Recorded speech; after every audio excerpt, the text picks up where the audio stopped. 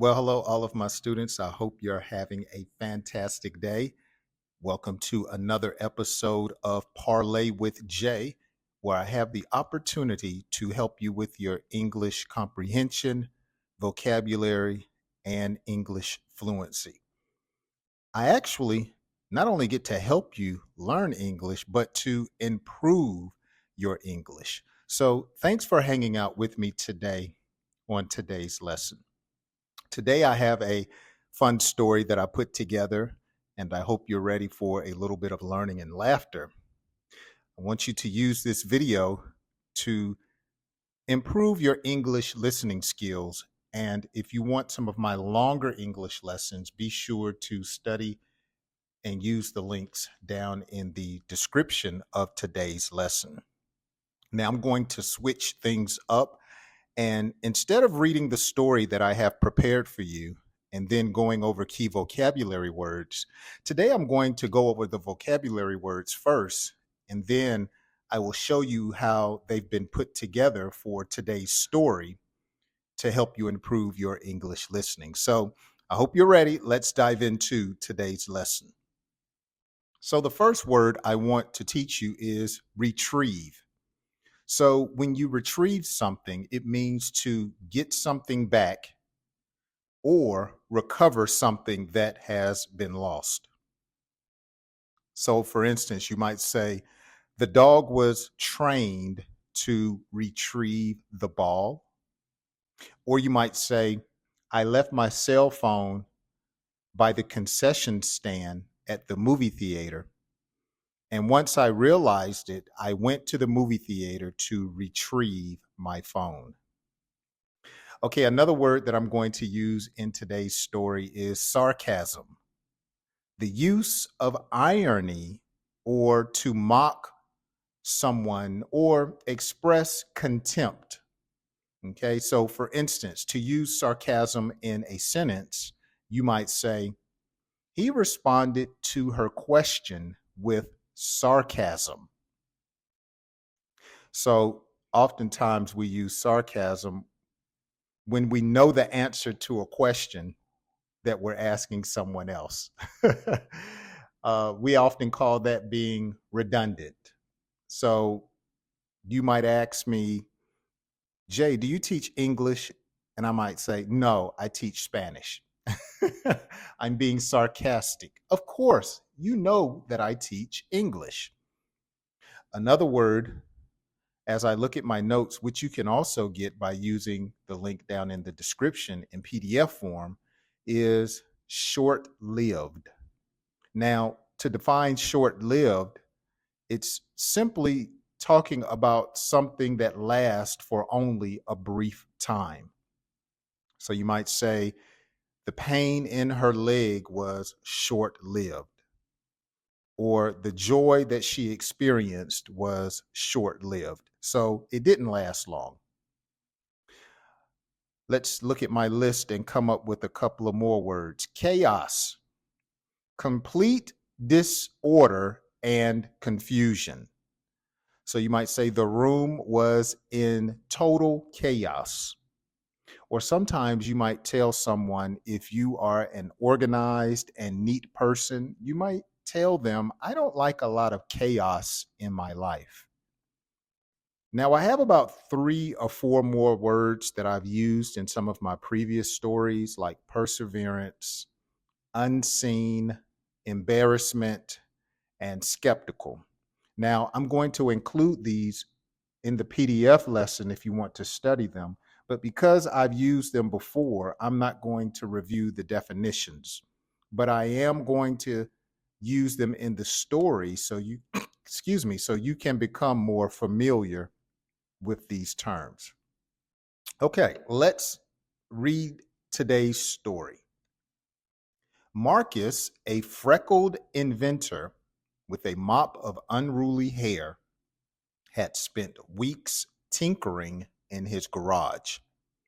Now, when someone tinkers, they're messing around with something, they're tinkering around, as we would say. Unruly hair describes someone whose hairstyle is not neat.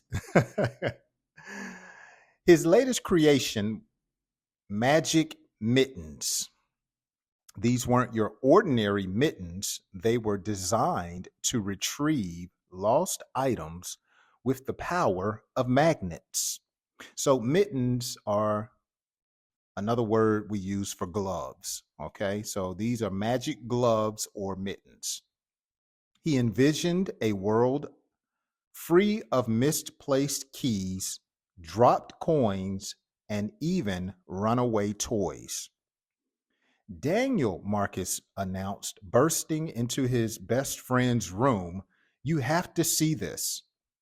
Daniel, a boy who preferred video games when compared to inventions, rolled his eyes.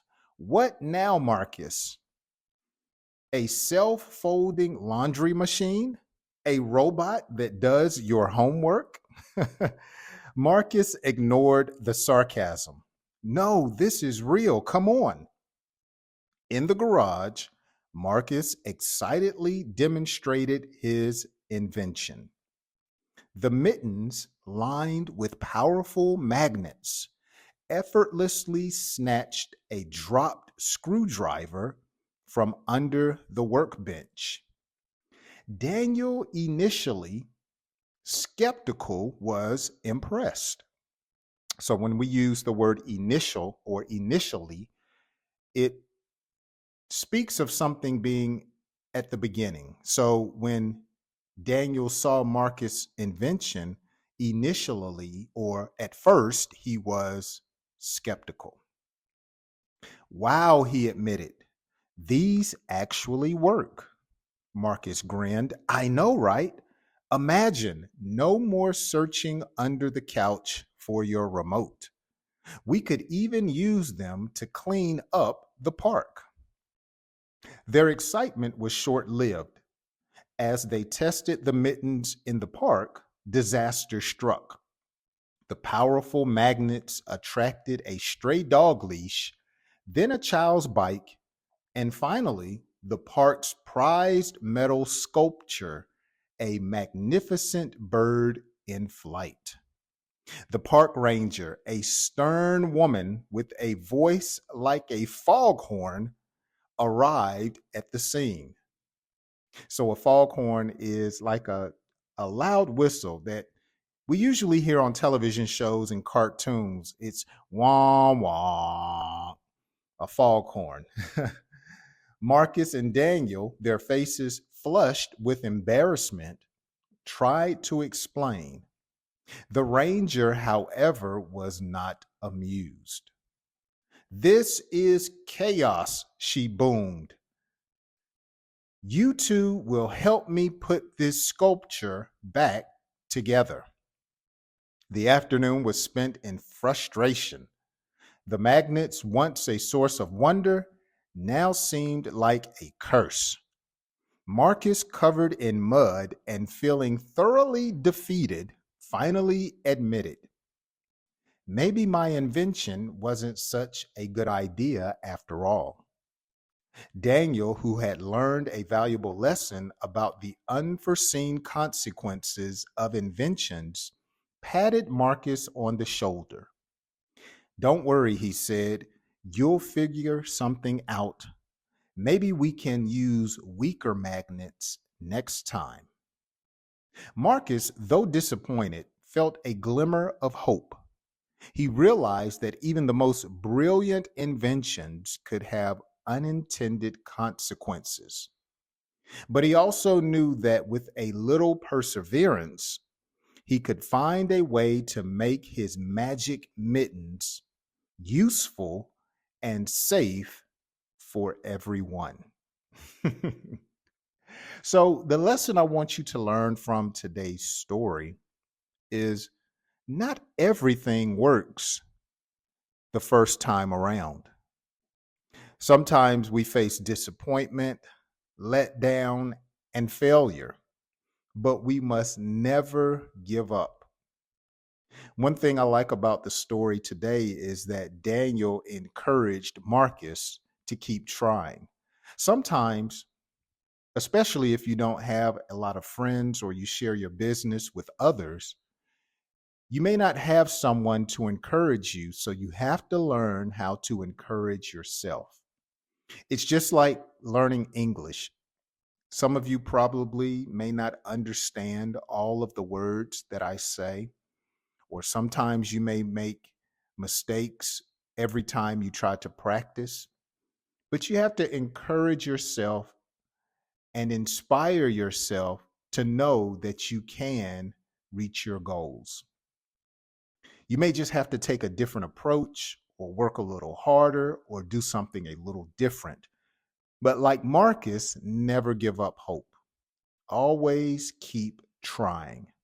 Even if it takes longer than what you've planned, always keep trying. Your diligence will pay off in the long run. So that's my story today about Marcus the inventor.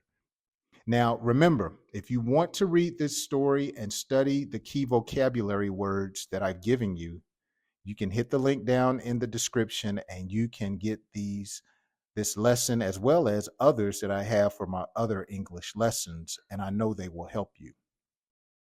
Now, as always, if today's lesson has been a help to you, be sure to share it with a friend. And I hope you have enjoyed the lesson, and I hope you join me on my next English lesson. I hope to see you then.